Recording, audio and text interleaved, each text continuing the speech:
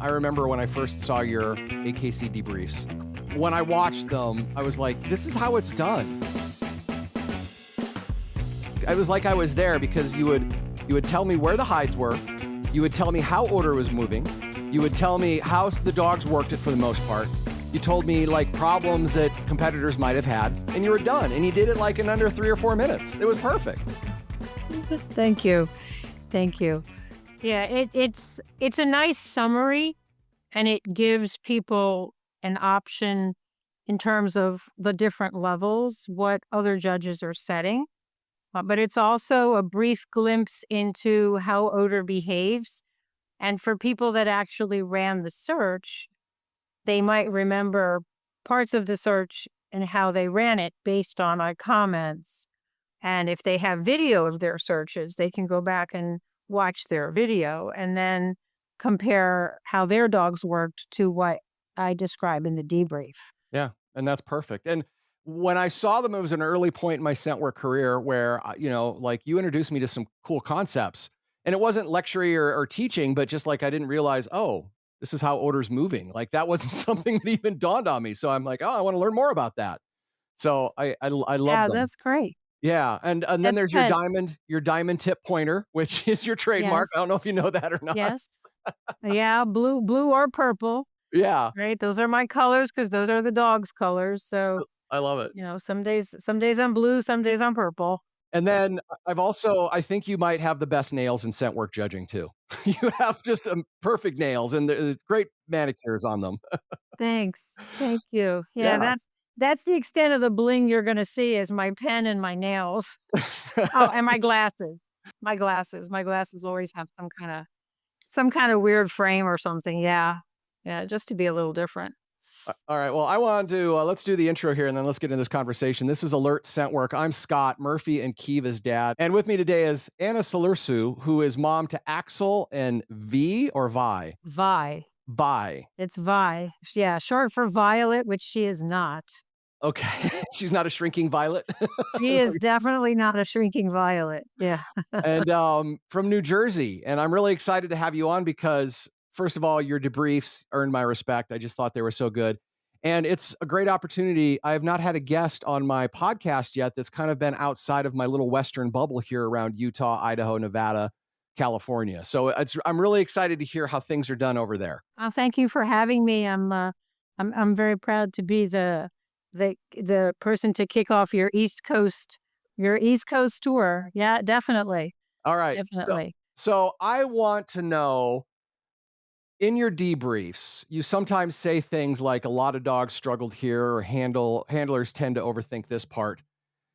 I'm wondering, just out of all the debriefs you've done, are there some recurring themes that you tend to see over and over again in either dogs or handlers that we could learn from so we could, handle better or train better? It depends on the level. In the lower levels, sometimes what I see is that handlers may not recognize the behaviors their dogs are offering, or they may second guess themselves in terms of what they're seeing, and that can create a challenge. Every search in every element is based on the skill sets for those levels.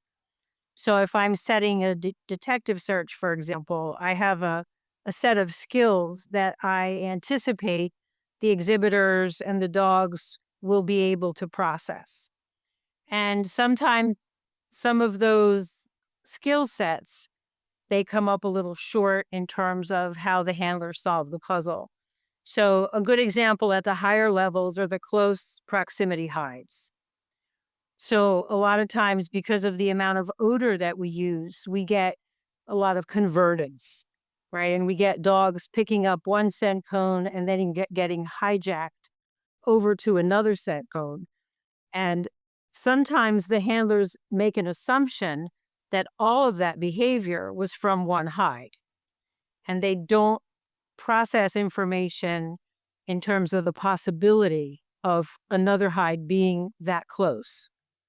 And some of it is because maybe the dogs haven't had an opportunity to practice that in training. But that's something that I see. Similar to that would be like a double threshold. which I set in master.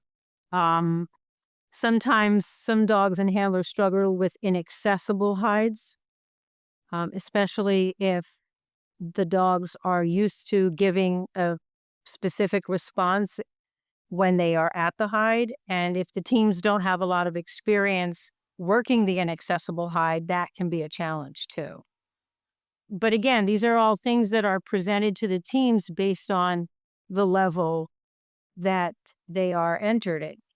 And so if I have an excellent search to set up, part of those skill sets includes elevated heights up to 4 feet, and can include an inaccessible hide. And I think teams should be prepared when they go into a different level of competition and training.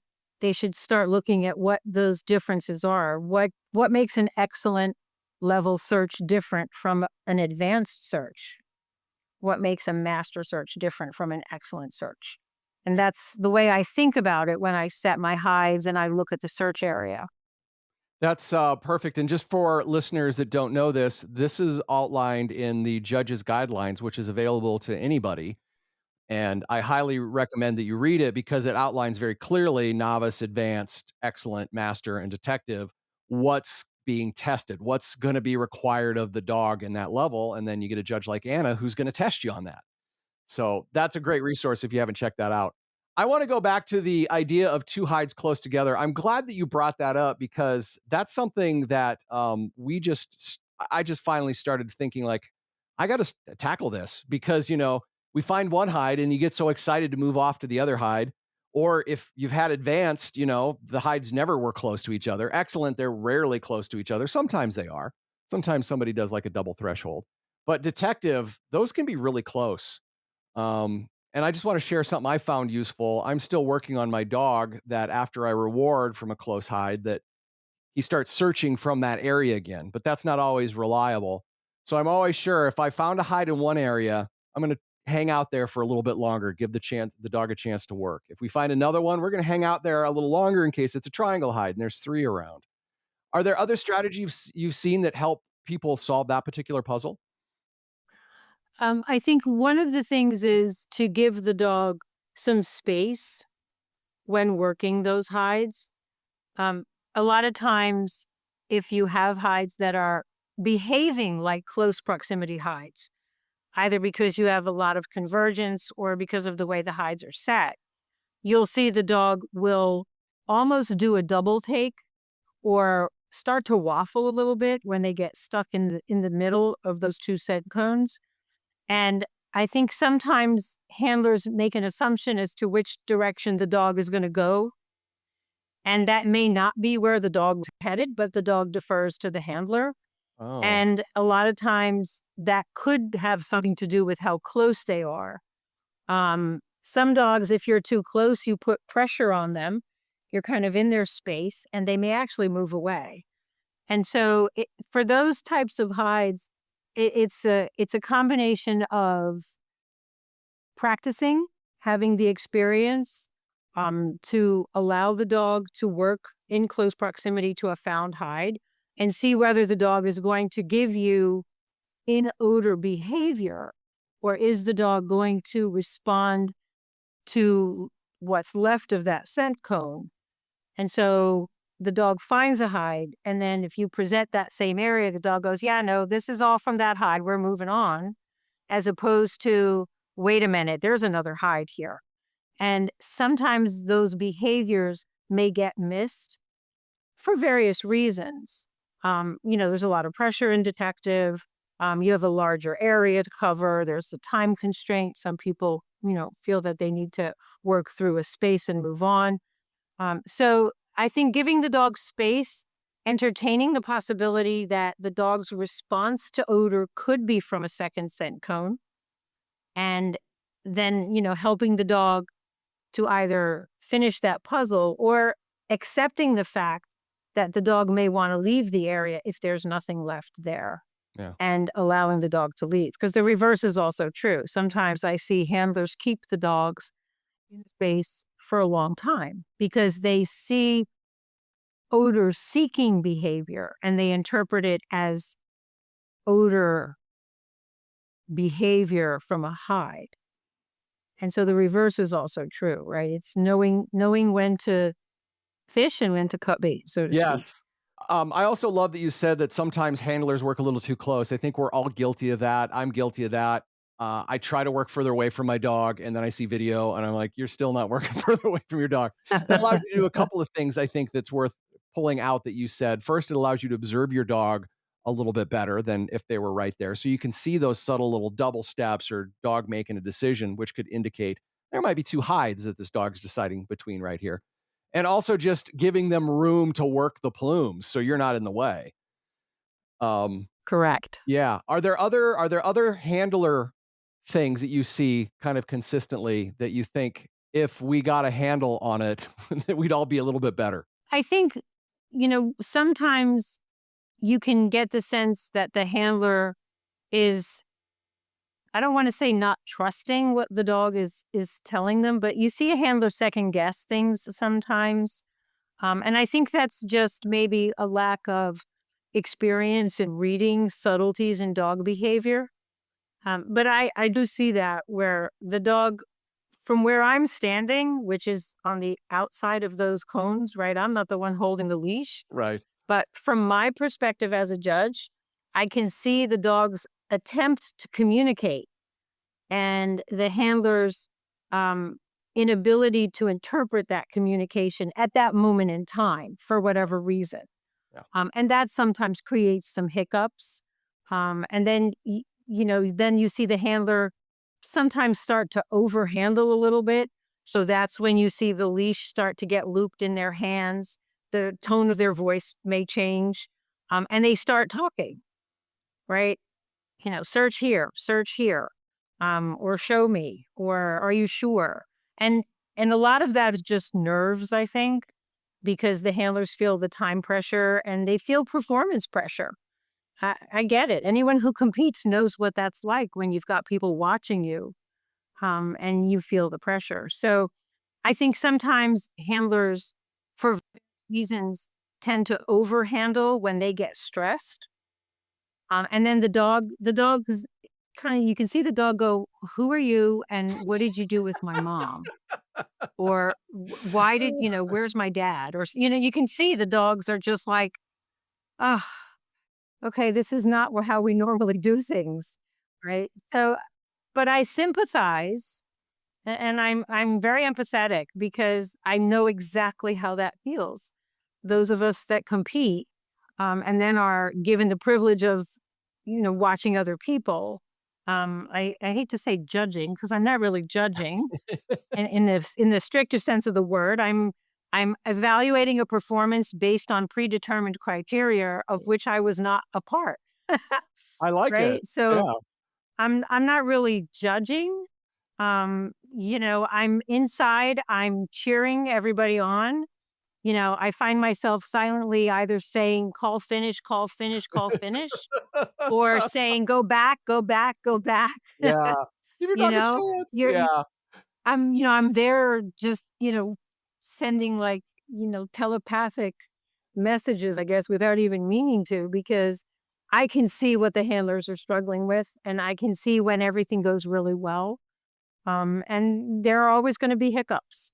There Yeah. are always going to be hiccups. I love what you just said. I'm gonna take that to my own, competing, just trying to be aware when I'm starting to get stressed out, and am I doing things now that could impact my teammate? Like you said, the dog's like, "Who are you?" And it's so funny because I hear so many people in the parking lot going, "Oh, my dog just wasn't himself today, was just doing weird things." Like, and the dog's thinking the same thing of you sometimes, you know? I think so. I Yeah. totally think so. I think the dogs, if they had a chance to hang out in the parking lot, the things that they would say would kind of be pretty surprising. That would be a pretty good cartoon, actually. Somebody should do that. It would. Can you, off the top of your head, think of a couple things those dogs might be talking about? Well, I mean, you can say, you can think about, I told her where it was 2 minutes ago, right? Right. If she wasn't in my way, I would have been able to get to the hide, she had just moved, That's right. Then she right? stood right in front of the hide, Then like, she "What am I stood right supposed in to" front of it. All right, I wanna jump into your scent work origin story because I find these fascinating. How did scent work first find you? I got involved with scent work in 2015, and at the time, my dog Zoe was very actively involved in obedience, rally, herding, barn hunt, um, and she suffered a cruciate tear. And I went through the whole woe is me, there goes our career, there goes our performance work. How am I going to keep this dog quiet in a cage for 8 weeks while she recovers from TPLO surgery? And through conversations on Facebook, someone said, "Well, why don't you try nose work? It'll give her something to do, and it'll be good mentally." Right? And it'll probably help you too from the 2 of you going crazy, not being able to do anything because we were constantly on the go. We were constantly going places, doing things, training, competing. We were doing really well in herding, which is something I had never done before. So that's how I got started. I actually, took an online course with Fenzi Dog Sports Academy. Stacy Barnett was teaching the class, an intro to nose work. And we never looked back. We hit the bricks running, so to speak, since she was still recovering from surgery.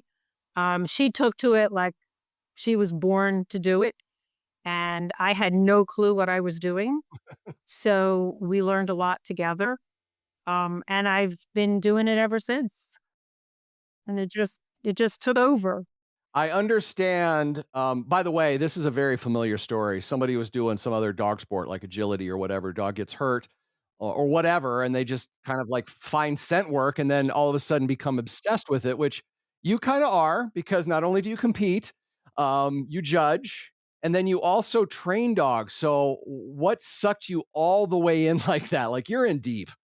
Yes, very, very deep. So I think part of it was developing a passion for learning how to communicate with the dog who's doing something that comes naturally, but also learning all the nuances that go into the sport. So, teaching a dog to find birch is just one piece of it, right? Teaching them to find a particular odor is just one piece of the whole thing. And I was fascinated by the changes in behavior, the subtleties, how arousal will impact the dog's ability to perform, how arousal impacts my ability as a handler to perform. I really became just enthralled with the more complicated scent puzzles and how to teach set theory to a dog, how to present the dog with puzzles and hide placements that would actually impact their learning and help them grow as individuals in the sport. And then taking that and transferring based on what I knew, based on the philosophy of my training, the training that I learned, started to watch other people, watch other videos. And when I started to do the training assistant program through Fancy Online, um, I worked very closely with Stacy Barnett, and I'm her teaching assistant for her Facebook study groups, watching hundreds of videos. I've been doing that since 2018. Wow. What an awesome learning experience for you too. Incredibly awesome learning experience. And then I started, when set work started, I started to volunteer before I even started to compete. Volunteering is a great way to learn. Learn every aspect of a trial. Even if you don't get to watch everything, you still learn a lot. And started to see some recurring themes in how handlers worked. And started to think about that in a little bit more detail. Are there people that are training with the same philosophy? You kind of tend to see that over time if you watch enough. And I became fascinated with it and was doing it online, helping people with their videos online, and then decided, you know what, I really want to become a judge. I really want to become a judge. Yeah, what did you wanna get out of judging then? The judging is actually the educational piece, which is huge for me. I come from an academic background. I taught for many, many years. And I think as a judge, I have the ability, I'm given the opportunity to educate people about scent work, either by the highs that I set, by how I give my briefings, by my support of the exhibitors, by talking to the people who are working with me, the volunteers, taking time to explain things to them. As a judge, we're educators. We're really educating the public about the sport because we encourage people to come watch. We're educating the handlers. Indirectly, we're actually educating the dogs because we're setting puzzles for them to solve together with their handlers. And so the academic piece in me and the opportunity to watch so many people, so many videos, and learn so much made me want to become a judge. That's very cool. And that's how it all happened. I want to, talk about judging a little bit now, your philosophy and your search design. So I was watching some of your debrief videos last night to try to educate myself again on, some things to talk about, right? And I'm very fortunate you've got a lot of material out there, so we've got a lot to talk about because I have questions. There was one where I don't know if you remember this, the 20 plus picnic table search. So there were like 20 picnic tables, and the hide was it was a master, and the hide wasn't on the table. There was a single hide and not one hide on the table. Tell me Right. Was what that you in the just. rain? That Yes, was in that's the the rain. one. That was Salisbury. That was the Salisbury Kennel Club in Maryland. Yeah, it might have been one of your first Yep. debriefs. So, what was your thought process on that? What were you trying to do? Again, here's the education piece, right? A lot of times handlers come in with preconceived notions, and we all do. As a competitor, we all have preconceived notions. And if you see a classroom full of desks, or you see a pavilion full of picnic tables, or you see an auditorium full of, seating, the natural fear that people have is, oh my God, how am I going to check all those tables? Or how am I going to check all those desks?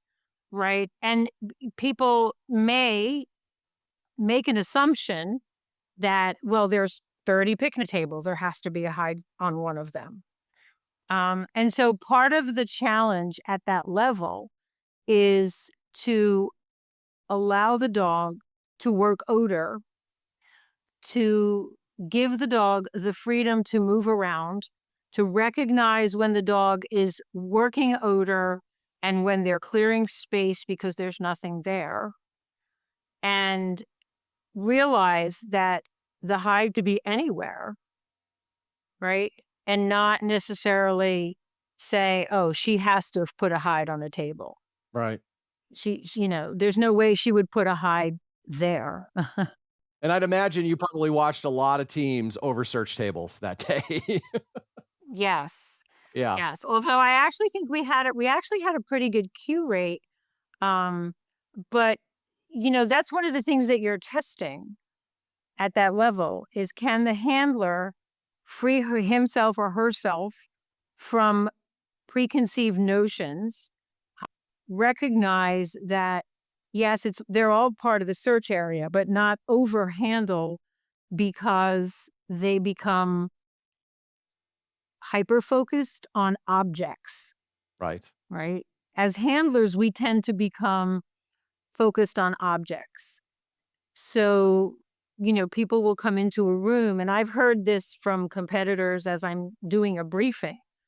Um, I present them with a room that the door is going to open, this door is going to open, that door is going to open.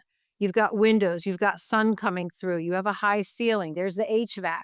You've got all these things that are going to heavily impact how you search that room, right? And in the background, you can hear, oh my God, there's so many desks.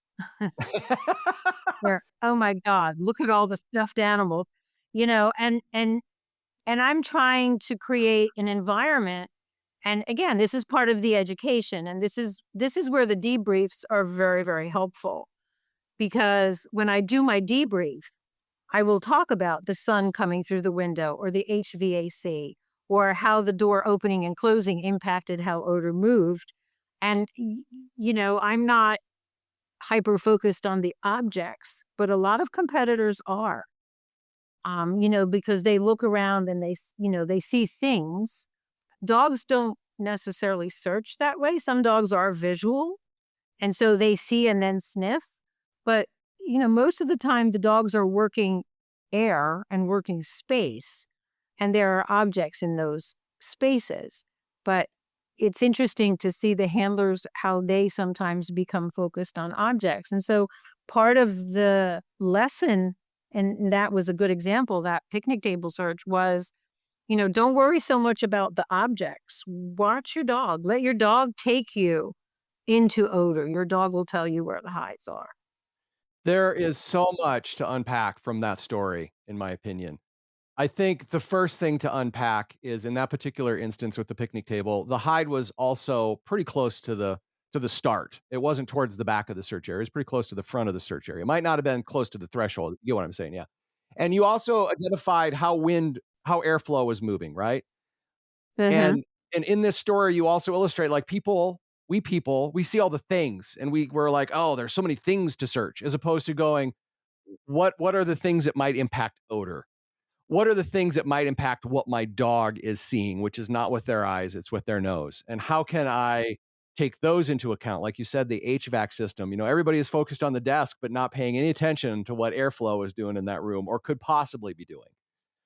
And it took me a long time to start to learn that. And I'm still learning that. I still make those mistakes. I think we all do.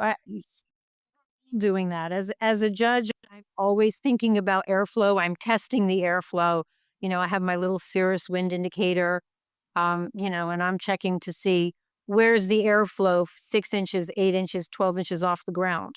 Now, where is it at my height? Right? How is it changing? Because that impacts how we set hides. And that also impacts how the dogs are going to perceive odor movement, unless, of course, you have a significant change, right? So outdoors, of course, it's a lot less predictable. Indoors, you have a little bit more stability as long as the HVAC doesn't kick in halfway through your search. Um, but it's all part of understanding the dog's world, so we put ourselves in the dog's how they perceive things. They perceive things on air currents. I can't tell you how many times I've seen a dog stop, lift their head, cast their head. You just see them just collecting information in the air, and sometimes the handlers recognize it, and sometimes the handlers are like, well, let's go, let's keep searching. And the dogs, and that's where one of those little cartoons would be like, will you just give me a second? I'm collecting information here. That's right. Right. I'm trying to solve this mystery. I need to gather some clues. If you could just give me a sec, give me a tick. Yeah. And, the other thing is, which I tend to see more so in the lower levels, because we just have people who are still learning and they're still in the early phases of their journeys, um, who tend to be very worried about the dog going out of bounds, right? So you tell them where the boundary is, and some people seem to perceive that to be like some invisible wall that they're going to walk into and they're not going to be able to cross. And I can't tell you how many times, and I'm sure you've seen it too, with your experience, either your own dog or volunteering or, being part of a team where the dog's gone 10, 15 feet out of bounds to collect information. It happens. And the dogs do it all the time. And so I find myself with the younger, maybe less experienced, early in the journey groups, reminding them, the boundaries are there to define our search area, and there is no hide outside of those boundaries, but you can come and go as you please. Yes. And you'd be surprised. Some of the more novice people, especially if they've not competed in other venues, how they don't know that. they're actually afraid to cross over the cone, right? 'Cause they're afraid Something. Anna's gonna come and bop them on the nose with her diamond tip pointer. Well, some people are just, they're concerned that they might be making a mistake. Yeah, no, you're right. Um, and I try to tell them in the briefing, the boundaries are there. There's no hide on the other side of those yellow cones. I promise you, there's no hide over there. That doesn't mean there's no odor over there. It just means there's no hide. And if your dog wants to go over there, you can come and go without any penalty. Because some people think they're going to get a fault Mm, if they cross over the boundary. I've heard probably almost all of different things. So that's something that I think, and again, as an instructor, as a coach, my job among many is to make sure that my students understand the the variability of a search area and how they can go out of bounds, and make sure that they're comfortable doing that and not pulling their dog back, and letting them, give the dog a few seconds. Let the dog tell you why they crossed over that line. Are they going out there because they're working odor? Or they're going out there because somebody left half a cheese sandwich in the drawer. You need to be able to know the difference. That's my job as a coach. As a competitor, I've had judges tell me I'm out of bounds. That's not part of the search area. And I just say thank you. And I tell my students, if a judge tells you you're out of bounds, just say thank you. right. You know, that's good. I mean, I think judges want to be helpful. I think we all want to see everyone succeed. And, we may say you're out of bounds. Maybe they didn't realize they were out of bounds. Maybe they didn't hear it in the briefing. Maybe they didn't see the cone. There's any number of reasons. And I think judges are doing it because they want to be helpful. And so I always tell my students, say thank you and just, keep going, keep searching. Yeah, yeah, that's great advice. I think out of this whole section, the thing that really resonates with me is humans see with our eyes. We see things like cones and barriers and lots of objects in a room, and that's not how the dog perceives the world at all. And we need to start trying to picture how the dog perceives the world so we can have a better understanding of what they're doing, why they're doing what they're doing. Odor goes everywhere. I remember I had one search one time. It was just this cluttered space. And I'm like, oh my gosh, how am I going to navigate this cluttered space? And my dog did it no problem because you know what? Odor was readily available and he could go right to it. And the objects in the room didn't make a bit of difference to him in that instance. And that was really kind of a turning point for me in understanding like how he sees it and how I see it are two different things. I want to talk to you about distractors. So another thing I learned is you use a lot of food distractors, at least for my cranberry trail mix, Lucky Charms, chicken jerky. You even had a Kong one time taped under a chair. I don't know if it had food in it or not, but I'm curious. That's a little different than what I've seen because sometimes I talk to judges who are like, "I hate distractors." But you don't. You seem to have a very distinct distractor philosophy. What is that philosophy? So the distractors that I use when I use food, um, primarily in my container searches. And the reason that I do that for example, in the excellent or master um, searches where I can use food is because one of the things that I am testing at that level is the dog's ability to discriminate between non-target odor and target odor. And does the handler recognize the difference? And has the team trained for it? I train with a ton of distractors with my dogs in containers, a ton. Every time I do a container search, there's something in a container. Sometimes there's something in every container. And I do the same thing with my students. I start them even at the novice level when there's, technically no distractor in a container.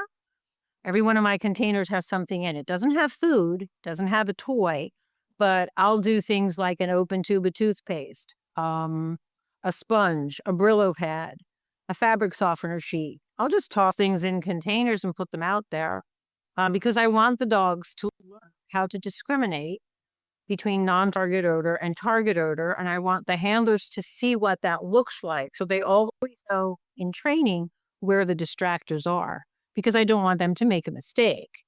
I want them to be able to learn. In a trial, I like using food primarily for that same reason. So I will put a food distractor, I will tape it under a chair or I will put it in a drawer. Um, the Kong, it was a baby Kong. It was like a little tiny 2-pound Chihuahua size Kong. But there it was. It was under the chair. Um, yeah, or I'll put, stinky toys in a container. Most of the time, if I'm using distractors at the excellent or master level, most of the time it's food. And it may vary. I usually bring distractors with me. So like the cereal, the peanuts, the Chex Mix, the trail mix, things like that I usually bring with me because I have containers specifically designed for them. And sometimes it's just what I can grab for breakfast or leftover lunch, or I'll see a pizza crust. Maybe Right, somebody had right. pizza for lunch and I'm like, can I have a little piece of that? I've got a And use for that. that's how I do. But I use little tins, little screw-on lid tins that have holes in them. Out of those distractors, were there any that, like, you threw out there and you thought, "Oh, this is just like anything else," but it just really tripped up the dog? And I'll tell you, I was at one trial and everybody was talking about the walnuts that a judge put inside of a container. So many dogs hit on the walnuts, and if you would have said, "Do you think dogs are gonna hit on walnuts, Scott?" I'd be like, "Chicken jerky, maybe. Walnuts, probably not." But for some reason, it tripped them up. Have you ever discovered anything like that that just kinda trips people up that you didn't expect would? I didn't expect the fruit gummies, the little bears, Yeah, gummy the little bears. bear gummies. Yeah. I had a few of those and I also had bacon. I have like Applewood smoked bacon, Uh-huh. gummy bears, and I think it was popcorn or something like that. And, if you had asked me, I said, oh, the bacon and the popcorn are going to take everybody out. It was the gummies. That's so funny. Why do you think that is? Do you have any educated guesses as to why the gummies? I don't know if it's because something that was really novel for the dogs. Like the dogs have smelled bacon, the dogs have eaten popcorn. I don't know too many dogs that get gummy bears, right? So I think the novelty of it just threw the dogs for a loop in terms of, wow, this is really interesting. And, some of the handlers interpreted that as target odor. But it would most people thought the popcorn and the bacon would be more interesting, and the dogs were like, "Yeah, popcorn, but these gummies smell really good." As we start to wrap this up, I wanna talk to you as a, competitor. So, bring me up to speed. Axel still competing? And at one point, I was reading that quite a few detective titles. Did you get, or not detective titles, but detective cues? Have you gotten your title with Axel? No, no, Axel is retired. We had one detective leg, and we finished our NACSW Elite 1. Um, Axel, um, tends to get anxious sometimes. He has some arousal issues, and that I think was hindering our performance a bit as a team. I was finding that I was micromanaging, and I started to see that he wasn't having fun the way he did in the past. And so I made the decision to retire him from competition. I've used him several times as my demo dog, which he absolutely loves. The more people to fuss over him, the better. He's extremely happy when he trains. He has a great time. There's no pressure on him. There's no pressure on me. And so for us as a team, that was the best decision. Yeah. We did enter quite a few detective trials, and we, came close in several of them. Totally bombed out in a couple of others, which is fine. But we got a leg, and I was very happy with the leg. And then it kind of became clear that it just wasn't the same amount of fun. Like he enjoys being with me, but I think he enjoys much more being able to search when he wants, sleep in when he wants. When he's up to training, we train. He can do any kind of search you set for him, he'll do it. Um, and but it was the right thing. It was the right decision for us. And it's not an easy decision to make when you realize that the best thing for your team is to just play and not trial. And it was the right decision for us. It was the right decision for us. Yeah, totally feeling, like, a lot of empathy right now because that would be a hard decision because obviously you love the game. At one point, Axel loved the game, but it just was getting to a point where it just wasn't working out, and it can be really easy just to go, "Well, we'll just soldier on through," but I'm that's amazing that you made that call. Yeah, we ended our career on a high note, because we ended with our Elite One. So it was important for us as a team to finish what we started. But it also became very clear that we ended it at the right time. Yeah, yeah. And so now all my energies, my competitive energy is on Vi. Alright, and where's Vi at right now? She's like, "Let's go. Are we going? Are we going training? What are we doing? How many hides did you put out? Come on, I can do. Come on. Did you only put out 4 hides? Really? Come on, mom. Let's You could let's do get better with the than that, program Anna. here. Come on, You can do mom. better than this. What do you mean there's only 2 hides?" She's the let's go. What are we waiting for? Yeah. Do we need to go I buy more love her. Q-tips? I Is that the absolutely problem? love Do her. we need more odor? Are we out of order? What's going on? Let me help you. I absolutely love her energy. She is so much fun. She really is. She's really a great dog to play with. I really enjoy it. I really have a lot of fun with her. This has been such a fun conversation, and I have so many other questions. Yeah, I don't know, maybe we can do a round 2 sometime. Are you up for a I round would 2? love to. 'Cause, I mean, I'd there's love some to. things I'm dying to talk to you about. I wanna learn more about you as a competitor, like, when you go up to the start line, like, what's your mental checklist before you release your dog? I also am just highly intrigued that you run Rottweilers. Out here, you don't see a lot of Rotties doing scent work, and I'm just really curious, like, what they are like as scent dogs. Do they have any little quirks that you have to work around? Any tendencies, that sort of stuff. But we'll have to save that for another day. Does that sound good? That sounds great. I would love to continue the conversation. That would be awesome. All right. Well, we're going to wrap up this episode with something called 7 questions. It's a quick fire round. Are you ready for this? I'm ready. Now, let me re-ask that. If you were Vi, what would you say? if I asked, were you ready Bring for it. 7 questions? Yeah, that's more like Bring it. it. All right, 7 questions. Number one, when you're judging, beyond seeing teams get the qualification, you love it when. They celebrate the actual moments together. Hmm. Not always they succeed, but they still celebrate the moment that they share. And that to me means a lot. And what does that look like?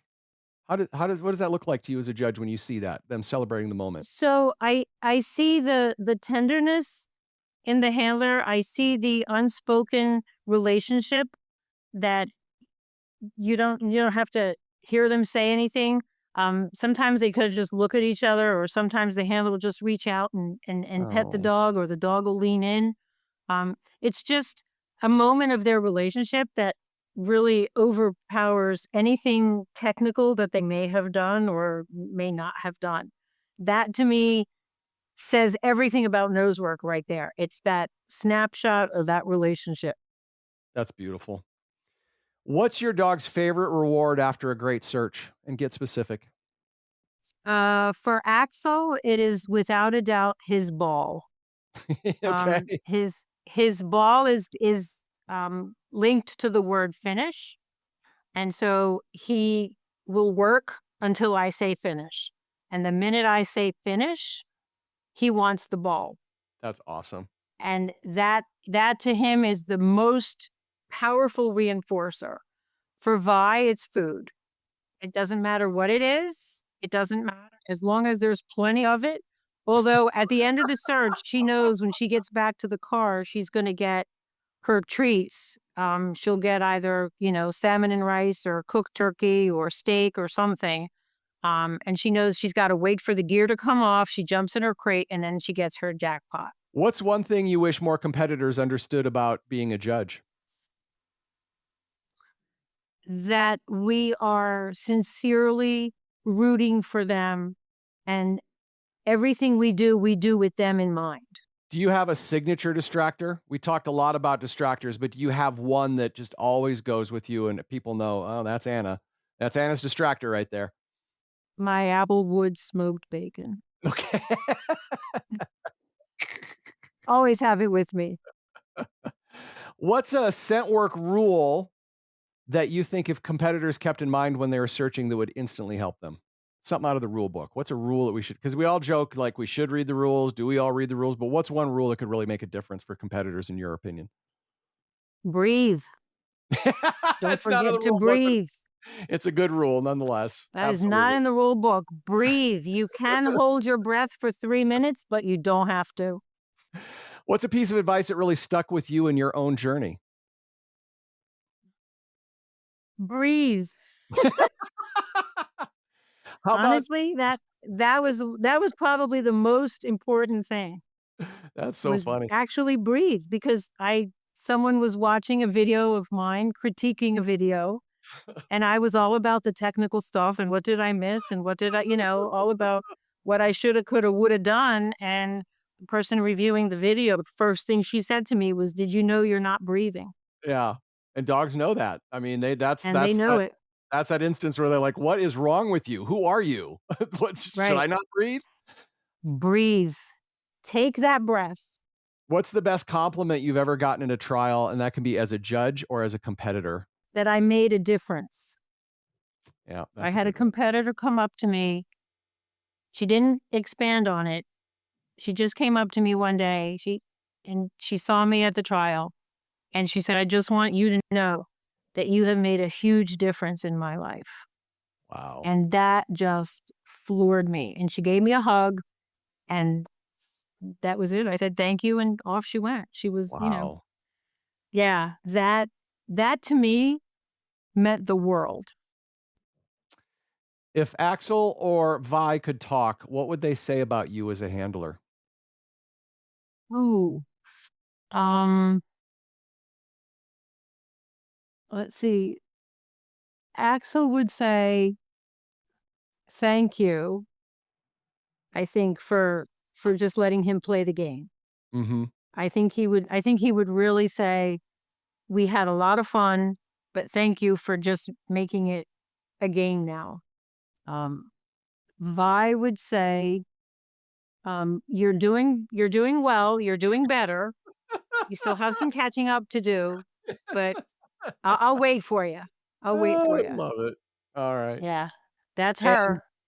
I love it. Perfect. And, last question, who is another judge that you know that I should have on this podcast so they can have as much fun as you had?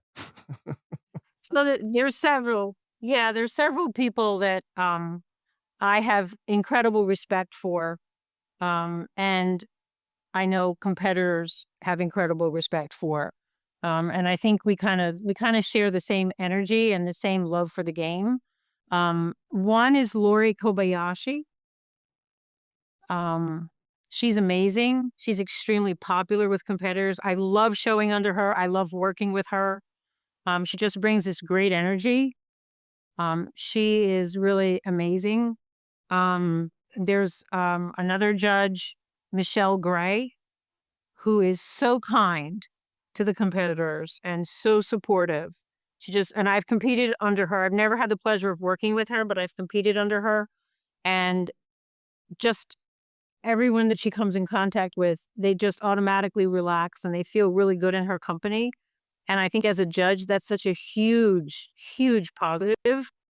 So those would be two people that I would say would probably do your podcast a great service on the East Coast. Perfect. I love it. And you're so right. Like the judge is responsible for so many things, setting the hides, figuring out the puzzles, making sure all the rules are met, but also just more importantly, creating an environment that the competitor and the dog can thrive in. And so often, like things like kindness or, other soft skills, sometimes we can forget about. So I love that you said that. That's true. That's true. Yeah, someday I hope to make it out there and run under you, but it's a bit of a drive. So I'm sure it is. I'm sure it would be. We'll see what Yeah, happens. Maybe I can get you out here to awesome. Salt Lake to judge. Would you ever Hey, it'd travel? be my pleasure. Okay, I haven't had the opportunity yet, but I certainly am open to it. I love to travel. perfect. All right, well, let's wrap this up. First of all, I want to make sure that we know people know where to find you. So you post your AKC scent work debriefs to your YouTube channel, which is under your name, first and last name. You also share Correct. those on the AKC Judges Debriefs group on Facebook. You're connected with Staten Island Companion Dog Training Club. Yes, I'm their nosework instructor, yeah. Perfect. And your training business, and you also do virtual stuff, is Rots and Knots. ROTTS, the letter N, NOTTS, Nosework. And you can find that rotsandknotsnosework.com or Facebook at Rots and Knots. Is there any place that I left out that you'd like to talk about? No, I think that that's a great way for people to be able to reach me, different opportunities. Yeah, we're doing a lot this year in terms of, trialing. I'm hosting trials for NACSW. My judging assignments, my seminars and workshops are all posted on my website so people can see those. So whether I'm doing, seminars, workshops, webinars, everything's posted there. I knew this was going to be a great conversation just because I had a chance to sample what you do in your debriefs, and it exceeded my expectations. So, Anna, thank you so much for sharing your insight and just everything that you bring to the sport. It was absolutely my pleasure. It was my pleasure. My pleasure. So, if you like this episode, share it with a friend. You think there's somebody out there that would like Anna, and I don't know who wouldn't, so just share it with your friends. You can also subscribe and follow where you podcast or check out our Facebook page, Alert Scent Work. And thank you very much for listening. And next time you go out there, just remember it's about the experience with your dog, like Anna said. Anna, it was so much fun. I hope you have a great night. Thank you, you as well. It was really a wonderful experience.